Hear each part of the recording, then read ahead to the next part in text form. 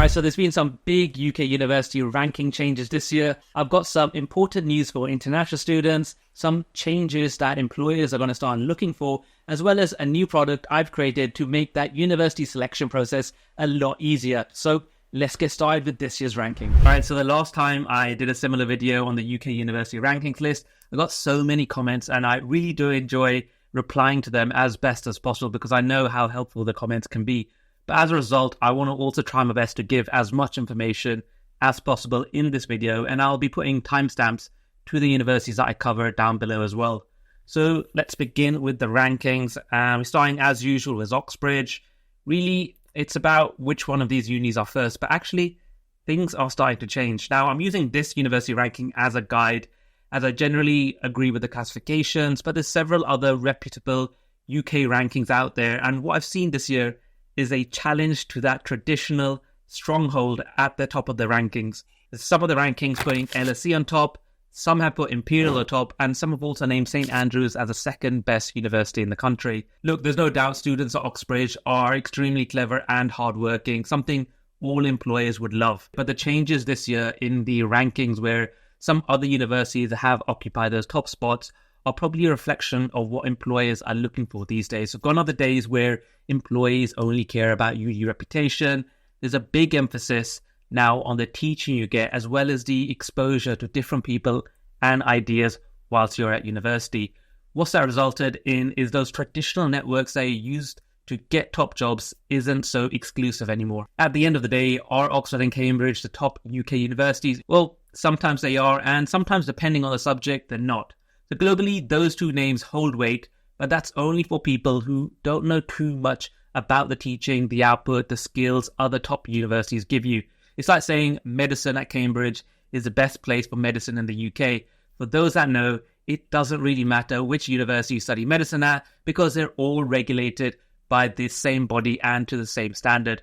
And so in some circumstances, employees will prefer Oxford graduates, but at the same level, they'll be preferring Imperial graduates, LSE graduates to Oxbridge ones in different situations. And with many non-degree paths to top jobs these days, the world generally cares a lot less about elitism, and you're going to be seeing that represented more in the coming years when it comes to university rankings. So moving down to number 3, and like I said, some rankings have placed this university, LSE, as number 1, and yes, I can generally agree with that. I wouldn't have any issues, but unfortunately, if you're comparing like for like, in terms of breadth of offerings, it's much lower down in my opinion for LSE because it's not really a STEM focused subject. However, for what students want from LSE, they will get that. The majority of students that enter London School of Economics are probably going to be working or wanting to work in top finance roles, and those finance companies are also wanting those LSE grads. You'll have loads of opportunities at the universities to talk to employers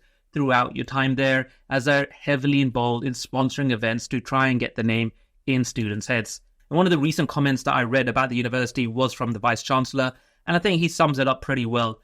LSE's combination of world-leading academics and motivated students, dedication to the social sciences and international focus, while still being firmly rooted in London, makes it a very special place. So moving to number 4, we've got St Andrews, and St Andrews doesn't get talked about a lot as much as I wish it did because it's not in a probably major UK city, nor is it a STEM-focused university. In fact, a lot of St Andrews students studying medicine would complete their second part of their degree in another university, some in Scotland, some in England. But one thing I have to say, and we'll see this shown throughout the rankings, don't sleep on Scottish universities. Scottish unis are disproportionately represented at the higher end of the rankings list. So if you're a Scottish student thinking, can I get a better education down south? Don't even bother coming to England. You've got so many great universities just on your doorstep. So back at St Andrews, and people probably underplay or misunderstand its academic abilities and usually place it so high in any rankings because it's got that classic Scottish backdrop, which is probably one of the inputs into having one of the highest, I actually think it is the highest UK student satisfaction rankings in the UK. It does have a big American presence, with one of the study abroad options being with William and Mary College. Not many people might have heard of this, but it's one of the top universities in the US. Now, looking at courses, most require top grades, usually 3As or maybe AAB when you look at A-levels. But this university actually does enter clearing for some courses. Courses such as geography and education studies are usually open at every university that offers them. And whilst every year is different, past clearing courses have offered maths, but the grades at the clearing stage were also pretty high, usually being around 2A stars or 1A. And one last thing about St. Andrews is it's not a Russell Group university. And so don't think it's all about these Russell Group unis. Most of them are honestly pretty average. So moving down the rankings, we've got Imperial in 5th. It's one of those world-leading universities for sure. I don't know if it's respected a lot in the US, but it's definitely, in my opinion, a world leader in what it offers. And I see it placed as number 1, like I said, in some of the rankings this year. And honestly, I wouldn't have any issues with that. But word of warning, if you're thinking of studying at Imperial, your personality better be one of someone who's extremely hardworking with their face down in the books rather than looking at university as a big party. And that's because Imperial is intense. And what exactly I mean by Imperial being intense, I've already covered in one of my previous videos, which I'll leave in the description box below. And do have a watch of that video because I unearthed some very scary documents about the state of Imperial students and their mental health. And it's a tough reading, especially if Imperial is one of your dream universities. Now, another point to make is, and I'll again be making this point throughout the video, is about clearing. So Imperial actually doesn't take part in clearing. And if you missed your grade, then you're unlikely to be offered a position there. Now, interestingly, I actually applied to Imperial for my undergrad. And if you've been watching my videos, you're aware that I've worked in finance my whole career. So what would I apply to Imperial for since it's a STEM-focused subject? Well, a long time ago, they offered a business management degree and the modules looked okay. And they did actually give me an offer, but I actually declined it. So the business course was relatively new at the university. I think it was only around for 1 or 2 years before I actually made my application. But looking at the course and looking at the university as a whole, I didn't feel that they would give this business course as much focus as the other STEM-focused subjects. And so the teaching would probably not be up to the same standard. And 3 years later, they actually scrapped that business management degree. So a word of warning, don't just attend university for the sake of the name. You will have to enjoy the teaching style and the modules offered to make it a worthwhile experience. Now, of course, it does have a business school and recently has tried to capture some of those business students at the undergrad level. And so they've created a new finance course. It's economics, but it's a very heavy weighting towards AI, data science, and things like that. So if you are interested in combining that knowledge with some finance, I feel this is a much better option to what they had in their previous business management course, as it utilizes its strengths at a STEM-focused university much better. And also Imperial has one of the best bursary schemes in the UK, which, if you don't know what that is, it's a non-repayable grant that the university gives you based on your parental income. The max you can get is around 5,000 every year, which, like I said, is up there in being the best in the country. So moving down to number 6, one place up from last year, we've got Loughborough University, another non-Russell Group uni in the top 10. And this is a good uni. It's big in engineering and has strong industry links. And I've seen a lot of graduates going into top jobs, and managers, when they're actually hiring Loughborough alumni, they actually look forward to working with them because they're all quite smart, but they also have really good personalities. In people's head, you're probably thinking everyone at Loughborough plays some kind of sports, but it's really that good personality that alumni have shown massively helps you in your interview process. As a lot of people, when you're applying for jobs at the grad level, then generally everyone will have the same A-level grades and also have the same 2-1 degree. And so having that well-rounded nature that Loughborough graduates tend to have really helps them during interviews. So we've got 7th place, we've got Durham University, again, another university that's moved up 1 place. This uni's reputation of being Oxbridge rejects. Now, I don't want to hate on anyone, but it's pretty much true. I'm pretty sure 90% of Durham University students would have also applied to Oxbridge and didn't get an offer. And they can feel they can get that Oxbridge feeling here at Durham through that semi-collegiate structure, although it's not really a collegiate structure. But of course, it's a good uni. You know, you can't hate on Durham, regardless of this Oxbridge rejects persona. And surprisingly, actually does make an appearance at clearing. So if you're looking for a top university at the clearing stage, then Durham is probably one of the universities which you should pay attention to, as those places, I can imagine, get snapped up pretty quickly. All right, so 8th, and you can see this University of Bath, which has dropped down 3 places from the previous year, still in the top 10. And this is an example of a uni that's really pushed itself to focus in some specific areas and invest in itself. It's both a tiny city and a tiny uni, so you do have to adapt yourself very quickly. but it's grown in reputation and quality every year. In fact, last year, like I said, it was 5th. And just like Loughborough, employees love graduates from Bath because they're really well-rounded students. And if you are going to University of Bath and you're thinking of later doing a postgrad degree, all of the top universities such as Oxbridge, Imperial will love you. They know the quality that is coming out of Bath, and I'm personally always impressed with Bath graduates when I work with them. They know the stuff, always down to earth, and have great interpersonal skills as well. So almost out of the top 10, and we've got University College London, so UCL number 9. So UCL staff are going to be super annoyed at this ranking. They expect themselves to be at the top, like probably around the top 5, but they've just about made the top 10 this year.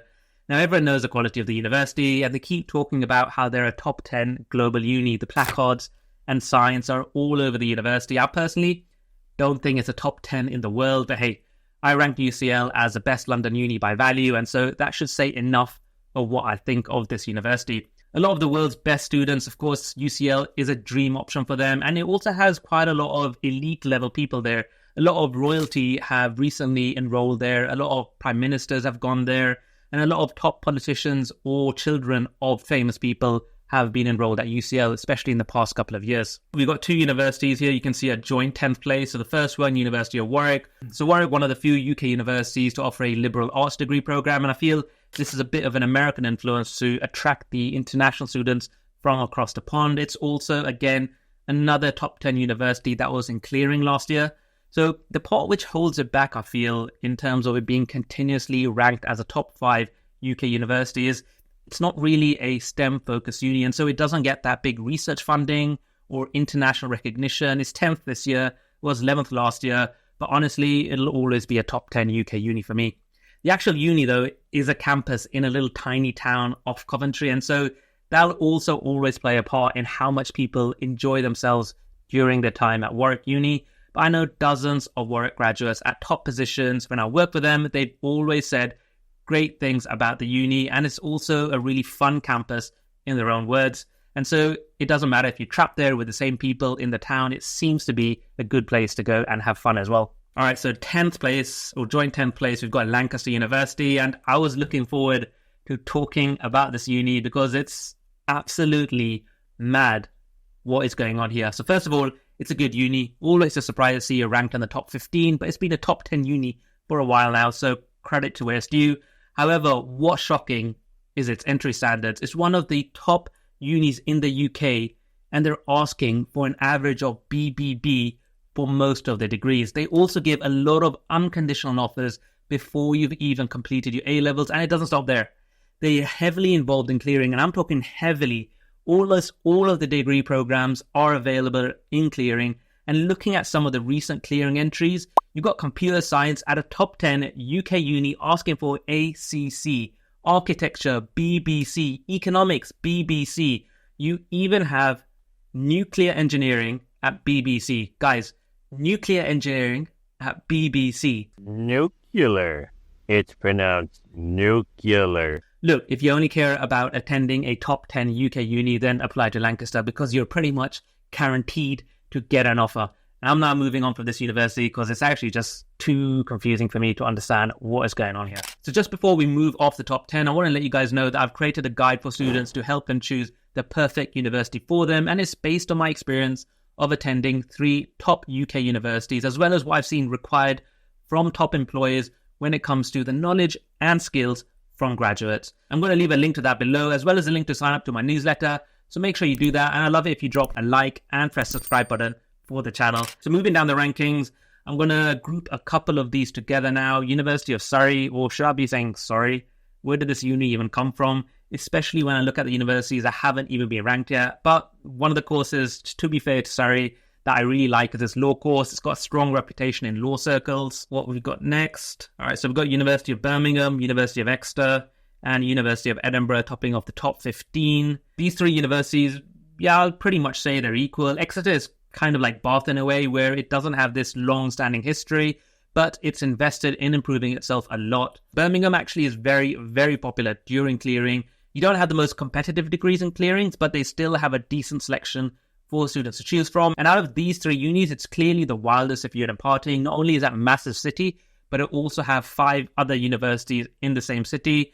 Somehow it's also the 3rd most photogenic university city in the country. No idea what that's about. However, it was also voted the most unsafe uni city to walk alone at night. Moving to Edinburgh, and again, don't sleep on these Scottish universities. It's good and creeping into the top 15, but you can see it was quite close to the top 10 last year.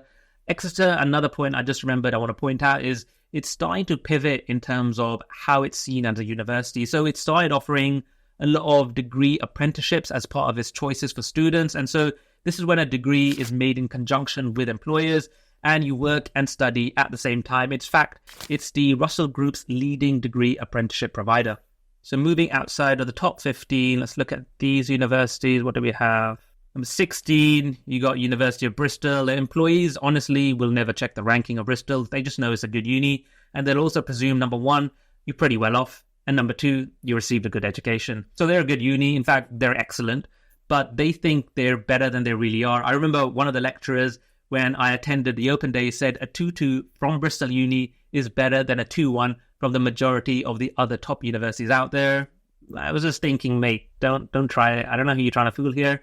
The uni isn't for everyone's cup of tea. It's a very isolated area. It's not quiet or anything like that. It's just not much happens in that area of the UK, to be honest. York and Sheffield, 17th and 18th place, both offer comparatively similar levels of education. But I think the industrial connotation and history of Sheffield makes people downplay how intellectual the uni is. Both York and Sheffield are great unis. I would say York would always be ranked higher. Top 20? Yeah, I'm not really arguing with that. Liverpool and Southampton making up the top 20. Both coastal unis. Cities, though, are very different. Liverpool, with its rich cultural history, and Southampton, with its rich naval history, very different cities. But Southampton, for its STEM subjects, very good. Same with Liverpool, but I feel it can pull its weight a little harder in its humanities, as it's generally known better for that. University of East Anglia, just outside the top 20. So this university has been moving very quietly and slowly up the rankings. Honestly, I don't know too much about the university, but I've always seen it hovering amongst the big boys. If you attend UEA, then drop your opinion in the comments below. I'd really like to hear what you think about this university. So moving to 22 and 23, these universities will probably surprise a lot of people in terms of where they're ranked. But you can see they've dropped quite a bit in the past year. So University of Manchester and Leeds, both of these are actually big heavyweights. They're being pushed outside the top 20. These really are top 20 unis, but hey, you can't be caught lacking. Other unis are always improving themselves. So Manchester, along with Birmingham, London, are the 3 big uni cities, each with a minimum of 5 universities in the city. This leads to a big amount of student activities and joint uni activities, making for a great experience for everyone. Manchester also has a heavy push to attract more Indian students. It's rolled out a special scholarship program for them, but its student population is massive, and I think it's the largest university by student size in the UK, if I'm not mistaken. But I'd say for University of Manchester, and probably for Leeds as well, ignore this low ranking. They're well respected by employers, and it's in the top 5 for unis respected by grad employers. However, Manchester tops the list with more demand for student housing than anywhere else in the country. So if you're looking for student accommodation in your 2nd, 3rd or 4th years at the University of Manchester, or in Manchester in general, you're going to be in a lot of trouble. Leeds, it's a quieter place, just a short 30 minutes train ride away from Manchester, to be honest, but excellent uni.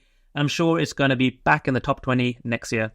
All right, KCL, King's College London, this is low, but it was actually in the same place last year. Now, I feel, in my opinion, honestly, the KCL name has too much reputation. It's good, but it's not that great. I'm going to make a King-specific video soon, so don't want to say too much about this university.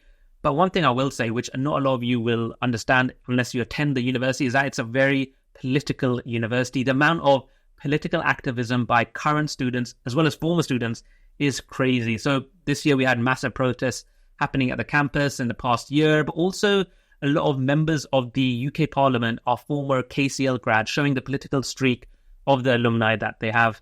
However, the student union elections are also very political, especially this year's one. If you know, then you know. And if you don't know, and you want to know what I'm talking about, then make sure you ask a current student, because it's a mess, and it's honestly a joke what happened. That's all I'm going to say about it. So Queen's, I feel for people in Northern Ireland. If you want to stay there, then this is a super competitive uni to get in. But it's a good uni to attend, even if you don't live there, and it's often forgotten about that it's a Russell Group uni as well. Newcastle, Cardiff, Glasgow, yeah, I'd say similar in quality. I was a bit harsh on Glasgow in my last uni ranking video, so I'm going to show some respect to it this time. It definitely deserves it. Has a very strong maths degree program. Cardiff Uni, it's quite isolated, similar to what I said about either Bath or Bristol, and those are also the closest major cities to Cardiff, so not really much happening in that area of the UK, but it's nice. I've visited the city a lot of times, and the people are very, very friendly there. It'll give you good employment opportunities as well, and it's also cheaper than other major uni cities. There's a lot of positives here, but I understand if people think that it's in some random corner and try to avoid this area. So what do we have next?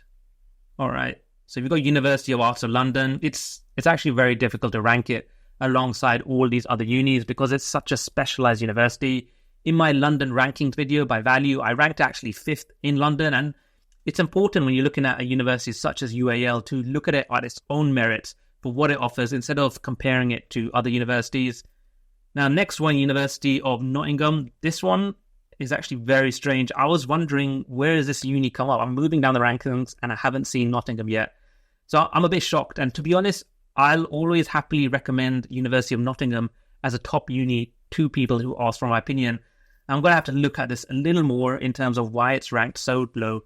But moving down the rankings, got a couple more Scottish unis, Strathclyde, Harper Adams, representing Scotland as always. What do we have? Reading, ICMA Business School, I think it's called, one of the best in the country. Aston University, 39th, just about in the top 40, second best in Birmingham. Not saying it's definitely a job that gets you into IB, but my former IB colleague was from Aston, plus JP Morgan's former head of EMEA went there. So there's a strong alumni present in the city.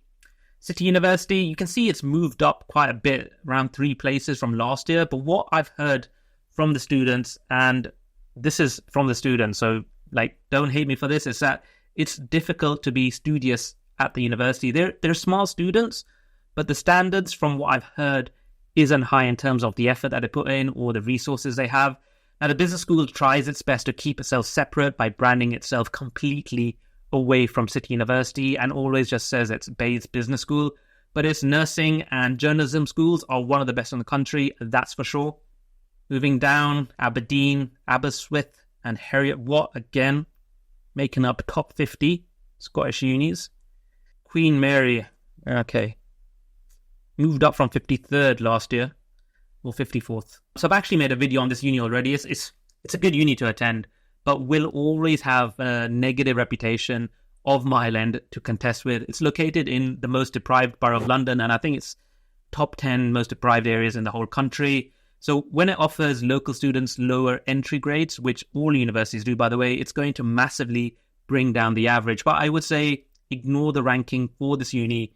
It should probably be around 35th, I'd say 30, probably not top 20, but around the 35th mark. So that's where I think a fair representation of that is. Moving down the rankings even more, St. George's University of London. So this is the last time it'll actually appear in the rankings. It's merging with City University. So moving down the rankings, we've got SOAS University, 71st place. That's pretty crazy for SOAS. And it's also moved down 13 places. I mean, Bangor University has moved down 16, but SOAS moving down 13 places, that's pretty crazy. So that's extremely low. It was almost out of the top 100. So I don't know what's going on here. It's supposed to have this amazing reputation. I'm going to say it's the student satisfaction, which is the driving force behind it being ranked so low. I'm going to say it's the same with St. George's. If you're a SOAS or a St. George's student, then drop a comment down below to tell me you're okay and not depressed. I'm always here to listen. So moving down the rankings again, you got Brunel just about creeping in the top 80. So I want to talk about Brunel here. This uni, I feel, is going to be jumping up several places over the coming years. Firstly, it started a medicine degree, and that's going to push its average entry requirements up a lot, since generally all medic students will have 3 A's. And secondly, it's joining the University of London, so this is going to allow it to knowledge share with a lot of top other unis in London, such as UCL, King's, which is only going to improve its own teaching quality. Now, one thing which I do want to focus on in general when it comes to the UK universities are the changing UK legislation. So there's a lot of changes to minimum salaries employers have to pay, which will impact a lot of entry-level jobs open for international students. And if you're watching this as an international student, that's something to consider. After graduation, it's actually going to be very difficult to find a job unless it's one of those really high-paying jobs. And a lot of employers are actually against this regulation change. So this was done by a previous government, and with a new government in charge now, things could change. But this is an important point that I did want to bring up, especially for the international students that are watching this video. It's going to be very difficult to find a job, especially if it's, like I said, not one of those high-paying banking, tech, law jobs, because that minimum salary is actually quite high that they're going to be asking for international students. University of Bolton, don't really have anything to say about this university, but I did want to point out a news article I read where they're weirdly wanting to change its name to the University of Greater Manchester. I think mostly because it sounds a lot better than Bolton, plus it's more attractive for international students, but both Manchester universities have taken the uni to court because they don't want people to mix up Bolton with their universities. So we're pretty much at the end of the university rankings list. One thing I want to talk about the universities in this section is that on clearing day, there's going to be a lot of places available at these institutions, but be careful. There's been an increase in these universities in this area offering monetary grants or other incentives to attract you. You have to be logical on clearing day and not be swayed by these universities trying to fill up the places by offering students monetary rewards. Whilst money or saving money is important, I get that. The decision should be based also on a variety of other factors and not just money. So that's this year's UK university rankings. Some definite shocks here. And if you enjoyed this video, I'm going to leave another one next to me, which I think you'll like. Go check that out, and I'll see you all in the next video.